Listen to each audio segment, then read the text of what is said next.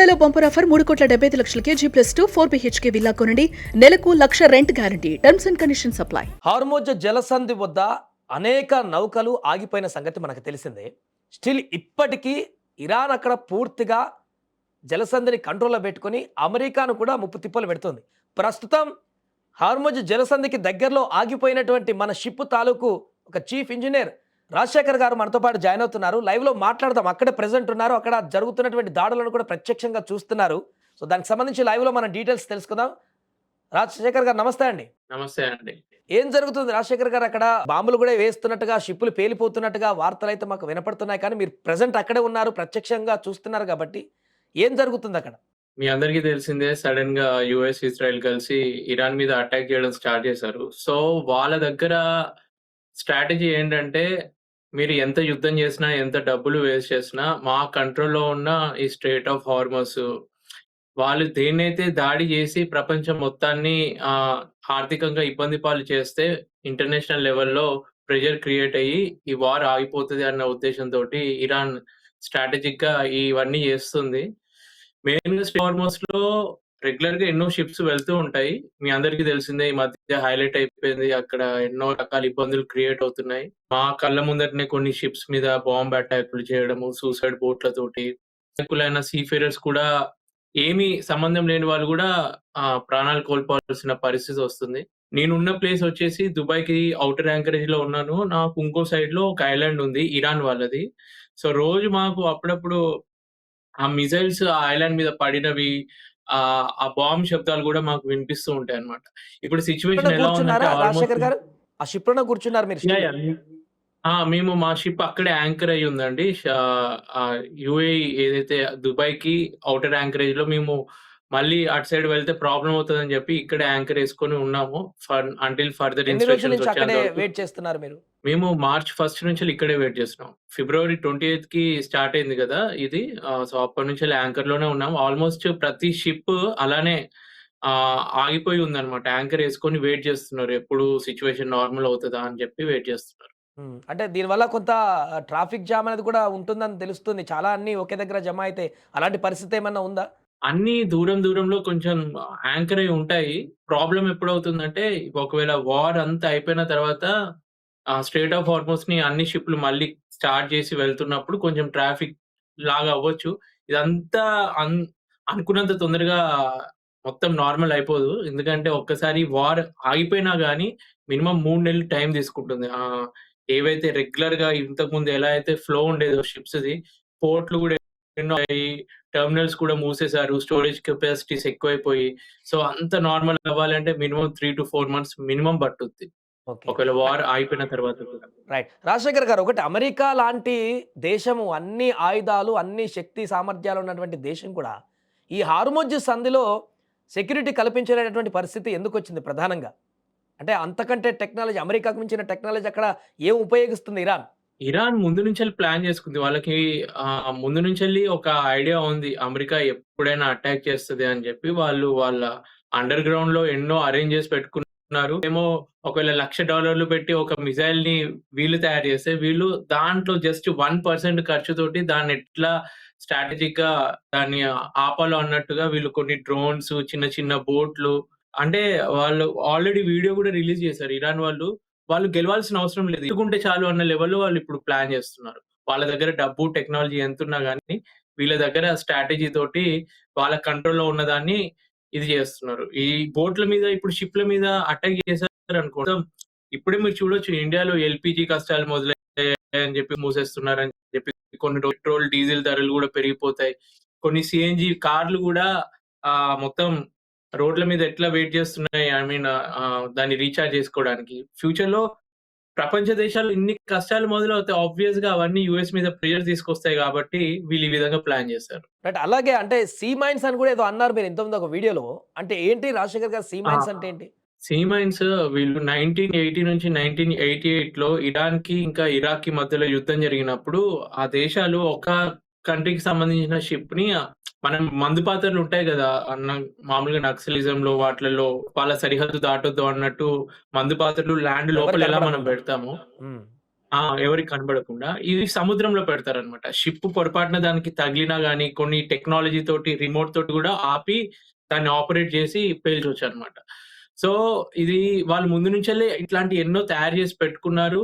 వాళ్ళకెక్కువ ఖర్చు గూడా గాదు. ఒక చిన్న నేవల్ బోట్ పెట్టుకొని దాంట్లో మైన్స్‌ని తీసుకెళ్ళి ఎక్కడ కావాల్సొస్తే అక్కడ వాళ్ళు చైన్ తోటి దాన్ని పెట్టడము, లేదంటే దాన్ని సెల్ఫ్ ప్రొపెల్డ్‌గా ఒక రిమోట్ టైప్‌లో దాన్ని ఆపరేట్ చేసి ఎక్కడికంటే అక్కడికి తీసుకెళ్ళి దాన్ని పేల్చడం లాంటివి గూడా చేయొచ్చు. ప్రెజెంట్ అయితే వాళ్ళ దగ్గర ఉన్నాయని తెలుసు గానీ, వాళ్ళు ఎక్కడ అమర్చారో, ఎప్పుడు పేలుద్దో అవన్నీ ఇరాన్ వాళ్ళ ఇంటెలిజెన్స్ వాళ్ళకే తెలుస్తది. వాళ్ళు ఎక్కడ అవన్నీ అరేంజ్ చేసిన్లో వాళ్ళకే తెలుస్తది. సో, వెళ్ళే షిప్స్ జాగ్రత్తగా ఉండాలనేది నా ఇంటెన్షన్. అండ్ అలాగే మీరు ఇంతకుముందు ఒక మాట అన్నారు. మీ ముందే కళ్ళ ముందే వెనక షిప్‌లు బ్లాస్ట్ అయిపోయాయి కొన్ని అని చెప్పేసి. ఏంటంటే 2 వీఎల్‌సీసీస్ షిప్ టు షిప్ ట్రాన్స్‌ఫర్ అంటారు. ఒక షిప్ నుంచెళ్ళి కార్గో ఇంకో షిప్‌కి ట్రాన్స్‌ఫర్ అవుతుంది. దురదృష్టవశాత్తు ఇప్పుడు జరుగుతున్న పరిణామాలు చాలా యూఎస్ డామినేట్ చేస్తుందని చెప్పి మళ్ళీ ఇరాన్ వాళ్ళు ఏం చేశారంటే ఒక చిన్న బోట్‌లో బాంబ్స్ అని ఒక బోట్ వచ్చి ఆ షిప్‌ని ఢీకొన్నది. ఒకేసారి ఢీకొంటే అందులో నాఫ్తా అని ఉంటది. నాఫ్తా అని అంటే పెట్రోల్, డీజిల్ కన్నా ఎక్కువ వేపరైజ్ అయ్యి తొందరగా పేలిపోతదన్నమాట. సో, ఆ షిప్ ఒకేసారి మంటలు వ్యాపించాయి. 2 షిప్స్‌లలో కలిపి మొత్తం 39 మంది క్రూ ఉంటే 38 మంది తప్పించుకున్నారు. ఒక ఇండియన్ సెకండ్ ఇంజినీర్ తను చనిపోయారు. అది మన ఆఫీషియల్‌గా గవర్నమెంట్ కూడా చెప్పింది. తను చనిపోయినట్టు. సో, ఎక్కడ ఏ షిప్ యాక్సిడెంట్ జరిగినా మాక్సిమం ఇప్పటికొక 22 షిప్‌ల మీద ఇట్లాంటి అటాకులు జరిగాయి. ఆల్‌మోస్ట్ 10 ఇండియన్స్ ఇప్పటికి చనిపోయారన్నమాట. సార్ నా రిక్వెస్ట్ ఏంటంటే ప్రతి ఒక్కరు వాళ్ళ బిజినెస్ పరంగా మన ఇండియాకి క్రూడ్ ఆయిల్ రావట్లేదు, ఎల్‌పీజీ రావట్లేదన్న ఆలోచనతోటే ఉన్నారు గానీ, ఇట్లా వేరే కంపెనీ షిప్స్‌లలో వర్క్ చేస్తున్న ఇండియన్స్ కోసం మన గవర్నమెంట్ ఏదన్నా స్టెప్స్ తీసుకొని, ఏదైనా యాక్షన్ తీసుకుంటే బావుంటది. ఇంతమంది ప్రాణాలు పోతున్నాయి గదా! సో, వాళ్ళ సైడ్ నుంచి షిప్‌లు కూడా ఆలోచించి పేలిపోయాయి, ఏదన్నా షిప్‌లు పేలిపోయాయి సొల్యూషన్ అని చెప్పేసి అంటున్నారు తప్ప షిప్‌లో చనిపోయినటువంటి వారి గురించి ఎక్కువ మాట్లాడిన ప్రస్తావన కనిపించట్లేదు ఎవరు మీరన్నట్టుగానే. పట్టించుకోవట్లేదు. యాహ్! ఇప్పుడు మీలాంటి ఒక కొలీగే ఇప్పుడు ఆ షిప్‌లో మరణించినటువంటి పరిస్థితి మీకెలా అనిపిస్తుందండి అక్కడ ప్రత్యక్షంగా ఆ పరిస్థితులు చూస్తుంటే కళ్ళ ముందే షిప్ పేలిపోయిన సందర్భంలో? ఇన్ని రోజులు ఇలా న్యూస్‌లలో వాటిలలో చూసినప్పుడు ఏదో ఎక్కడో జరిగింది గదా! అని ఒక కాన్ఫిడెన్స్ ఉంటది. మనకు రాలేదు గదా! అని ఉంటది. ఇప్పుడు పరిస్థితి ఎలా ఉందని నా చుట్టుపక్కలనే జరుగుతుంటే అవన్నీ చూస్తున్నప్పుడు ఇప్పుడేం జరుగుద్దా? ఈవెన్ పడుకుంటూ కూడా ఉంటుంది. ఎందుకంటే ఈ 2 షిప్‌ల మీద ఏదైతే ఫైర్ యాక్సిడెంట్ అయిందో రాత్రి 11:45కి అయింది. వెంటనే వాళ్ళు షిప్‌లో ఉన్న వాళ్ళు మేల్కొని ఆ వాటర్‌లో దూకడము, లైఫ్ బోట్ తోటి లోవర్ చేసుకొని ఎళ్ళడము అవన్నీ చూడడానికి సినిమాలో చూడడానికి బావుంటది గానీ, రియల్ లైఫ్‌లో అవన్నీ కళ్ళతోటి చూసినప్పుడు ఆ ట్రోమా వేరే లెవెల్‌లో ఉంటది. ప్లస్ నా పరిస్థితేంటంటే, నేను ఇటు పని గూడా జూసుకోవాలి. షిప్పు ఇప్పుడేదైనా ఏమన్నా ప్రాబ్లమ్ వచ్చిందంటే, వేరే వాళ్ళొచ్చి హెల్ప్ జేయడానికి కూడా లేదు. మా షిప్ క్రూయే మొత్తం దాన్ని రిపేర్ జేసుకోవాలి. సో, అటు టెక్నికల్‌గా స్ట్రాంగ్‌గా ఉండి, నా క్రూని వాళ్ళు మెంటల్‌గా స్ట్రాంగుండేటట్టు చూసుకోవడము. ప్లస్ బయట ఈ సిట్యుయేషన్ అంతా చూసి గూడా మనకేం కాదులే మనం అలర్ట్‌గా ఉందాం అని ఒక కాన్ఫిడెన్స్ తోటి ఉండాలి. ఎంతమంది క్రూ ఉన్నారండి మీరు ఈ షిప్‌లో ప్రెజెంట్? మా షిప్‌లో 24 మెంబర్స్ ఉన్నామండి ఇప్పుడు. అసలు. అందరూ ఇండియన్స్, ముగ్గురు శ్రీలంకన్స్ ఉన్నారు. సో, ఇప్పుడు సముద్రంలో పెట్టినటువంటి బాంబులు బ్లాస్ట్ చేసేటువంటి బాంబులు దాన్నింకా ప్రత్యామ్నాయ మార్గం లేదంటారా? ఇరాన్‌ని ఈ బాంబుల మార్గాన్ని తరలించడానికి? యాక్చువల్‌గా యూఎస్ ఈ మైన్స్‌ని ఏవైతే మైన్ లేయర్స్ అని అంటారనమాట. చిన్న చిన్న షిప్‌లు ఇరాన్ నేవీకి సంబంధించిన షిప్‌లు 16 షిప్స్‌ని అవి డెస్ట్రాయ్ చేసింది. కాకపోతే వాళ్ళకి కొన్ని వందల్లో, వేలల్లో అట్లాంటి షిప్‌లున్నాయి. ఎన్ని షిప్స్‌నని యూఎస్ దాన్ని డ్యామేజ్ చేయగలదు. సో, ఇట్ డిపెండ్స్ ఫ్యూచర్‌లో ఎట్లా వాళ్ళు హ్యాండిల్ చేస్తారో. ఇంతకుముందు యూఎస్ ఎన్నో కంట్రీస్ మీద ఇట్లనే సడెన్‌గా యుద్ధం ప్రకటించింది. డబ్బులన్నీ పోయిన తర్వాత లాస్ట్‌కి వద్దులే అని జెప్పి యుద్ధం ఆపేసిన సిట్యుయేషన్స్ ఉన్నాయి. మేబీ ఇరాన్ గూడా అదే ఎక్స్‌పెక్ట్ చేస్తుంది. వీళ్ళు చేసినన్ని రోజులు జేయని, మనం తట్టుకుందాము.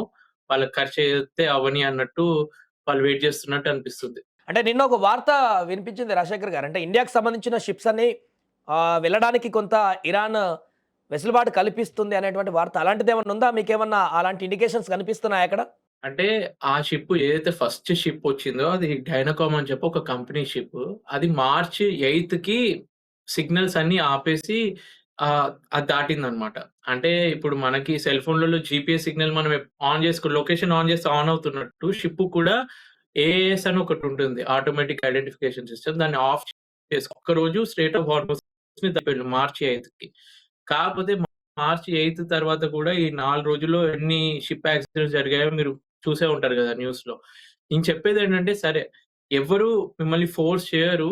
అలా అని జెప్పి హీరోలలాగా వెళ్లి ఒకవేళ అది క్రాస్ చేస్తున్నప్పుడు పొరపాటున అటాక్ జరిగితే మీ ప్రాణం మీదకొస్తది గాబట్టి అటువంటి రిస్క్ తీసుకోవద్దనేది నా సో, అతను సేఫ్‌గా షిప్‌నైతే ఇండియాకి తీసుకొచ్చాడు. మన ఇండియా అవసరాలకి అవి నెరవేరుతాయి గాబట్టి ఓకే.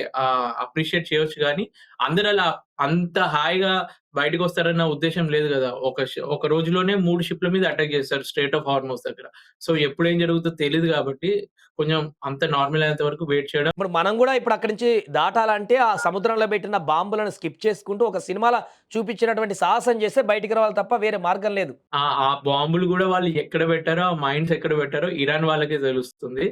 సో, ఇరాన్ గవర్నమెంట్ మన ఇండియాకి కూడా మంచిగా ఉంది గాబట్టి, ఇట్లాంటి మన ఇండియన్‌కి రిలేటెడ్ షిప్స్ ఏమైనా వెళ్తున్నప్పుడు, సో, వాళ్ళ సపోర్ట్ తీసుకొని వాళ్ళు టచ్ అవ్వకుండా మన షిప్ వెళ్ళేటట్టు చూసుకోవాలి. రైట్. థ్యాంక్ యూ రాజశేఖర్ గారు. ఏమైనా కూడా కొంచెం ధైర్యంగా ఉండండి. అక్కడే ఉండండి. సేఫ్‌గా ఉండండి.